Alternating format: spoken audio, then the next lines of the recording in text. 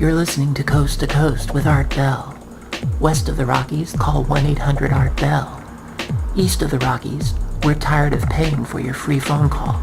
You need to move out of your parents' house and get a real job, and maybe someday you can afford to live west of the Rockies. First time caller line. If you call us up and say, first time caller, long time listener, we will hang up on you. Wild card line. If one more person calls us up and asks if it's okay to play 7 deuce as long as it's suited, we will put you on the list to be abducted by aliens. And now, Art Bell.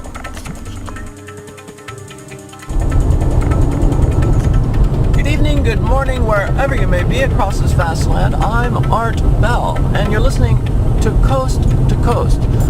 It's an honor to be filling in again for George Norrie on his evening off. Well-deserved day off, I might add.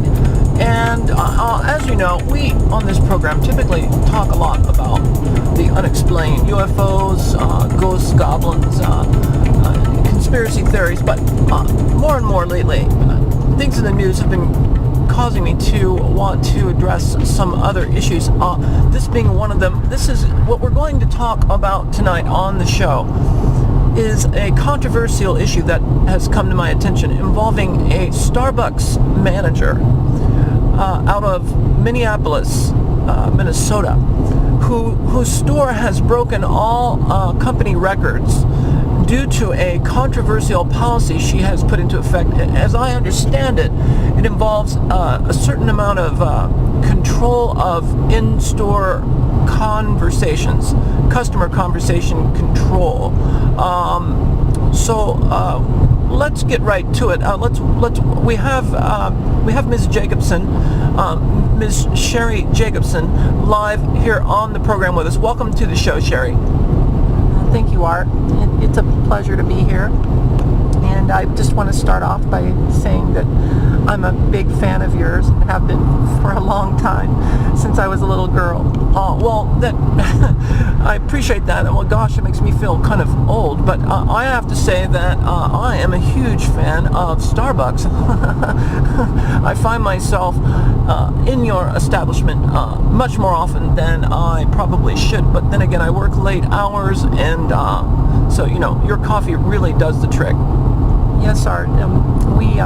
We have the best, no doubt about it, hands down. And I'm just honored to be working for this fantastic company. And before I go any further, I'd like to give a lot of the credit to the success we've had at my store, to my store employees, my staff.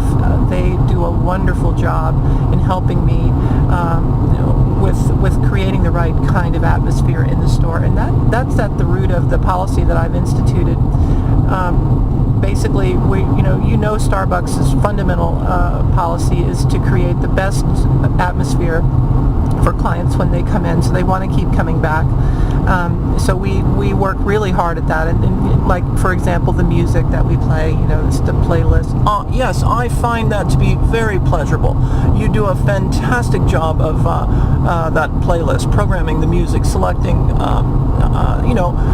music that appeals to a wide scope of audience.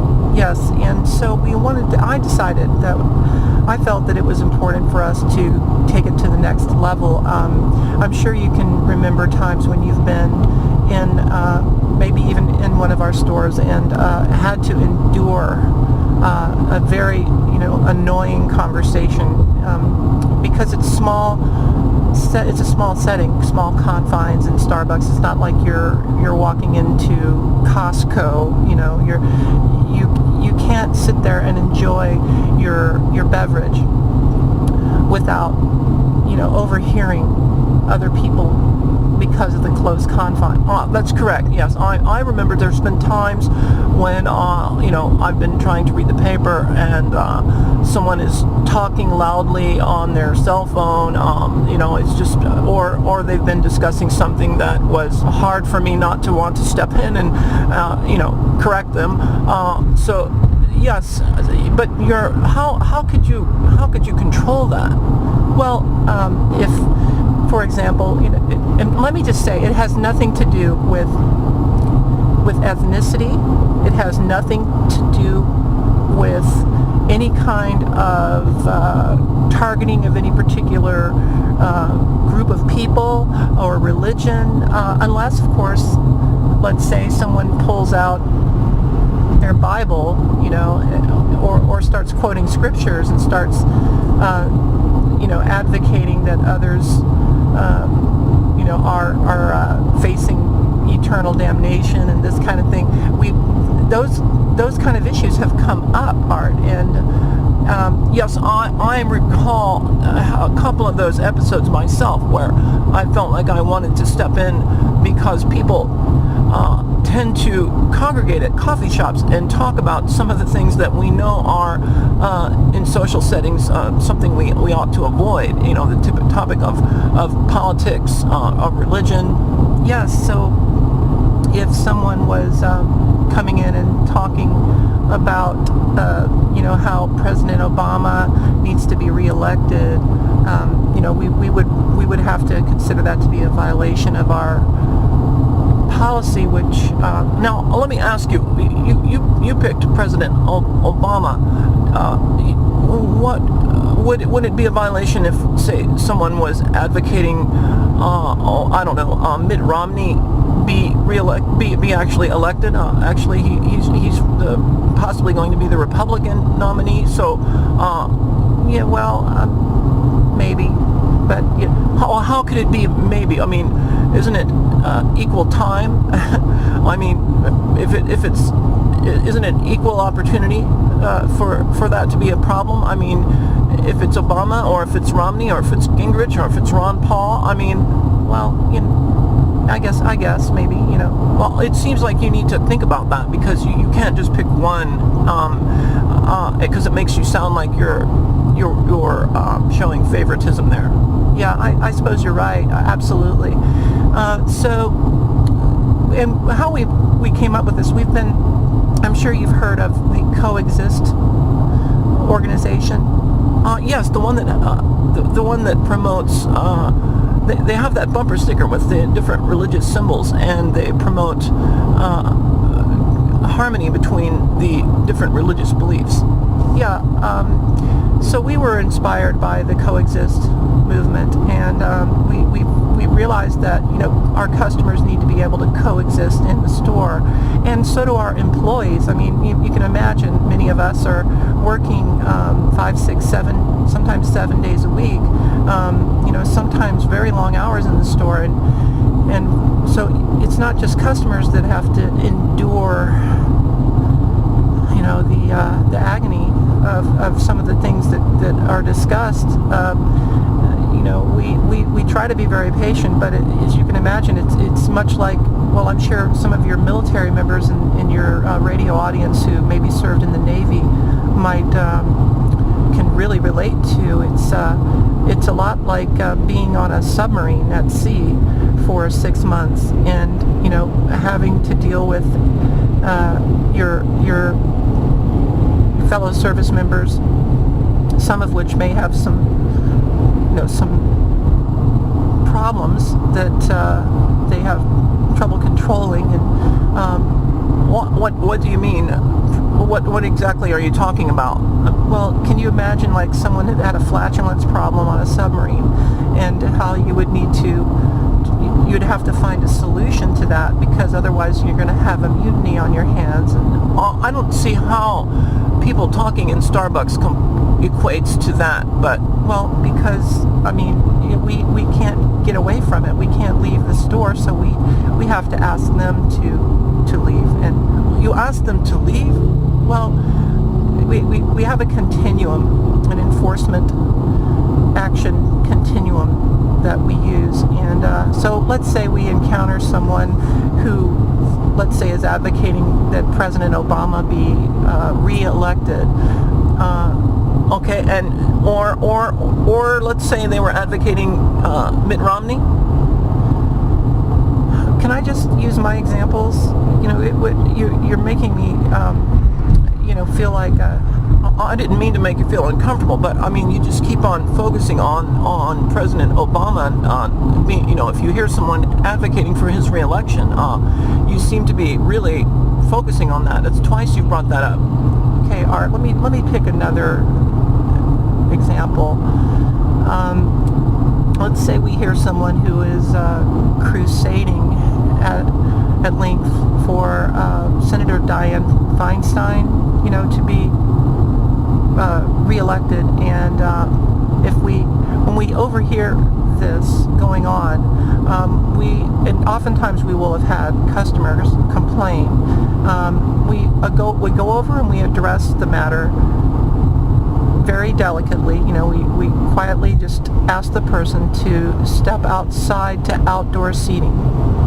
How could you do that? I mean, we're right now, as we record this program, it is middle of the winter time.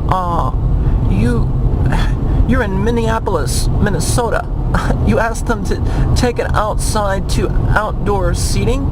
Well, look, Art, first of all, it's not as bad as you make it sound. I mean, people here are acclimated to the cold weather, and actually it's a lot more fun to enjoy your salted caramel hot chocolate when you're when there's a nip in the air, which is why we oftentimes have the air conditioner turned way up in our stores. That and the fact that you want people to hurry up and move on, right? No comment. Yeah, that's what I thought. So but you ask them to step outside to outdoor seating, and this has resulted in record profit margins for you. Yeah, Art, I mean, we're getting letters. You wouldn't believe the letters that we're receiving from our customers telling us that we've created something on the order of a corporate utopia, a coffee utopia for them.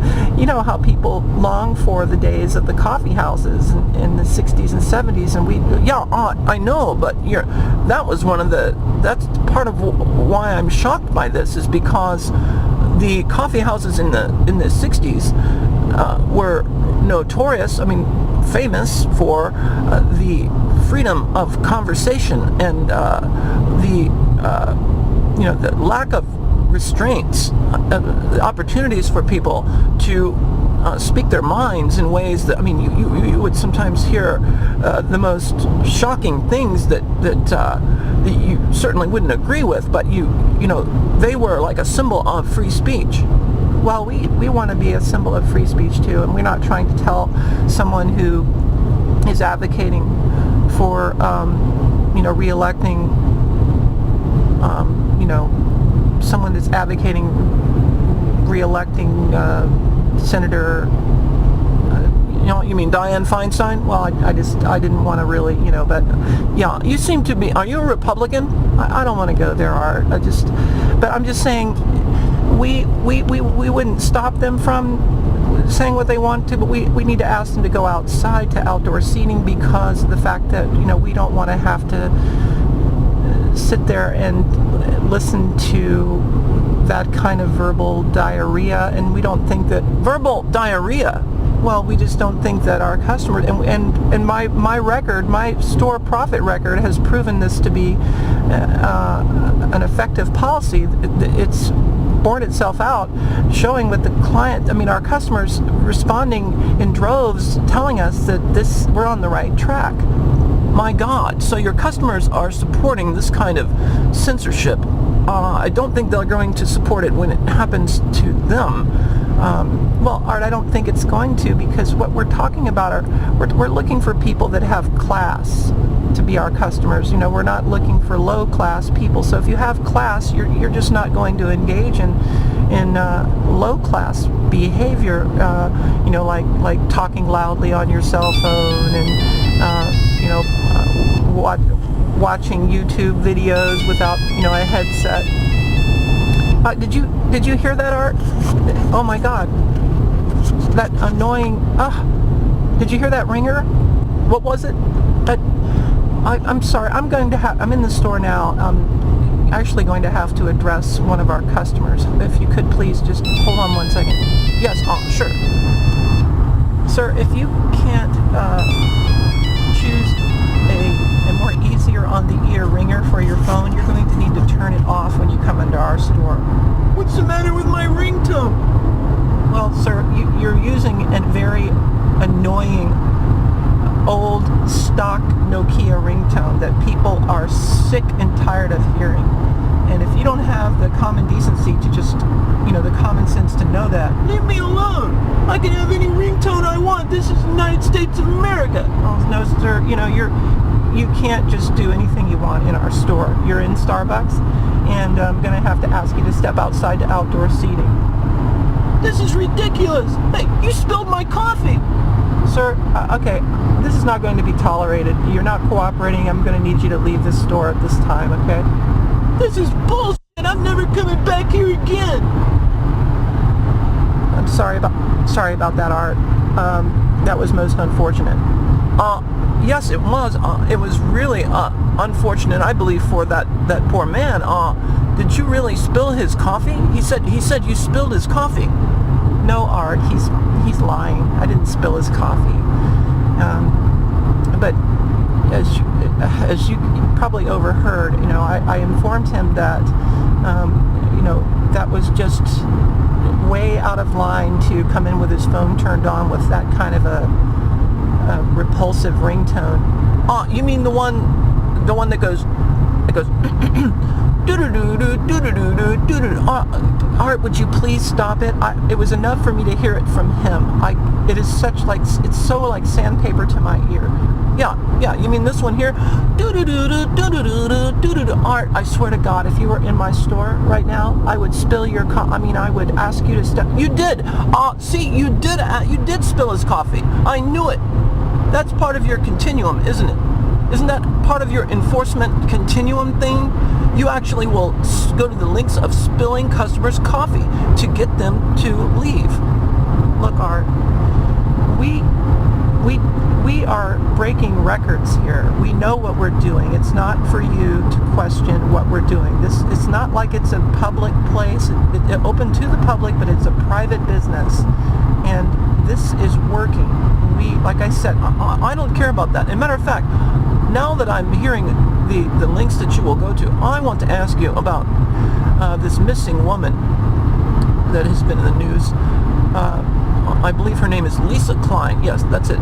She has been on the news lately, and the last place that they say her friends heard from her was at your store, your Minneapolis Starbucks. She was last seen there, and I want to ask you about this. Do you have any knowledge of that? Look, Art, if you were going to ask me about that sensitive topic, I would have thought that you would have told me about that off the air before the show. Well, too bad. I didn't. I'm asking you about it now. So, do you have any knowledge of her being in your store? That's the last place she was seen. Yeah, Art, I understand from my assistant manager that she, Miss Klein, was in our store, and I don't know any more than that. I think you do, and I want to know if there was any kind of incident between your staff and Miss Klein.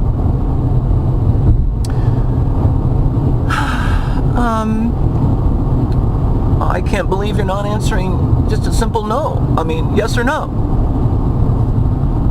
Art, okay. Yeah, there was an incident. It was a minor incident. Well, what was it? What happened? She was engaging in some inappropriate conversation, and we had to deal with it. We initially asked her to take it to outdoor seating. Yeah, and I'm looking at the weather report. She turned up missing 3 days ago, and the weather that night was extremely cold. It was below freezing, and you're asking her to go outside to outdoor seating. Art, you really wear me down. I can't imagine what it's like to be married to you. My God. Anyway, okay, look, Miss Klein began to preach. She went on a tirade in the store, telling customers sitting around her how she much prefers Dunkin' Donuts over Starbucks. She went on ad nauseum to say that they have a much better product, and she couldn't leave it well enough alone at that point, but she had to even go further and remind everyone that their coffee is priced significantly lower than ours. And so it was at that point that, you know, we had to ask her to leave the store. Yeah, I bet you spilled her coffee also. But I think something more occurred than that, because she has not been seen since. So, what do you have to say about that? Look, Art, just because she's missing doesn't mean nobody knows where she is. Just because she's missing. Now, that sounds clearly to me like you are aware of her whereabouts. No, Art, I'm just saying, you are the one that sounds like a panicking schoolgirl, all right? I'm just pointing out the observation that Miss Klein is a grown woman, and I'm sure wherever she is, it's a result of her own making. All right, I'm totally convinced now that you are responsible for her disappearance. I don't know what you're implying. I know you are really big into your conspiracy theories, but you know you're going a little too far with accusing me of being responsible for her disappearance. I just think that you need to check yourself. I am checking myself, and I don't like the sound of where this has gone. You do have, I believe, you have to understand, after this interview, you are going to be number one suspect by the police. After we've exposed that you're doing this sort of thing in your store, and you did have an incident, I'm sure you're going to be contacted by the authorities. Art, you know, I'm not threatened at all by your little radio show, and well, you've got millions of people listening to you. You understand that? It's not just a little show. I'm not threatened. We're Starbucks. You know how many tens of millions, if not billions, by now customers that we have. So you know, I'm not threatened by you at all, and you know, you can think what you want, but I'm finished talking with you at this time. Okay. Well, looks like she did. Looks like Ms. Jacobson did hang up on us. You're listening to Coast to Coast. I'm Art Bell. Oh, wait a second. Who's on the line? Ms. Klein? My God. Put her on. Hello, Art. Ms. Klein. Oh my God. How is this possible? You disappeared off the face of the earth. The last we heard, you were seen at Starbucks. Were you hearing the show? Yes, Art.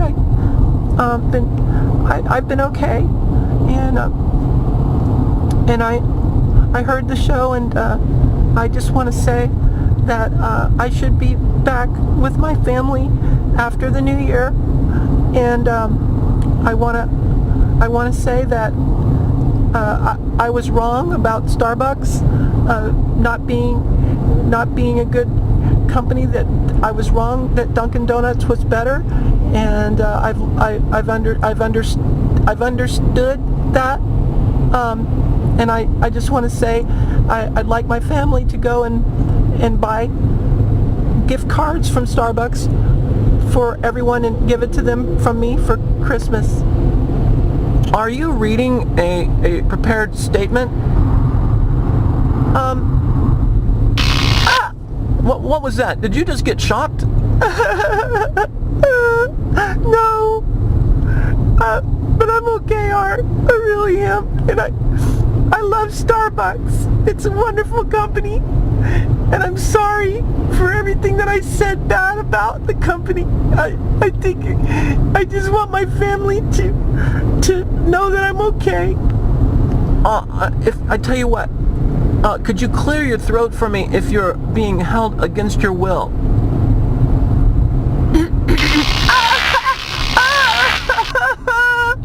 You were just shocked, weren't you? That was a shocking sound I heard. I heard some kind of electric sounding. I have to go, Art. Thank you for having me.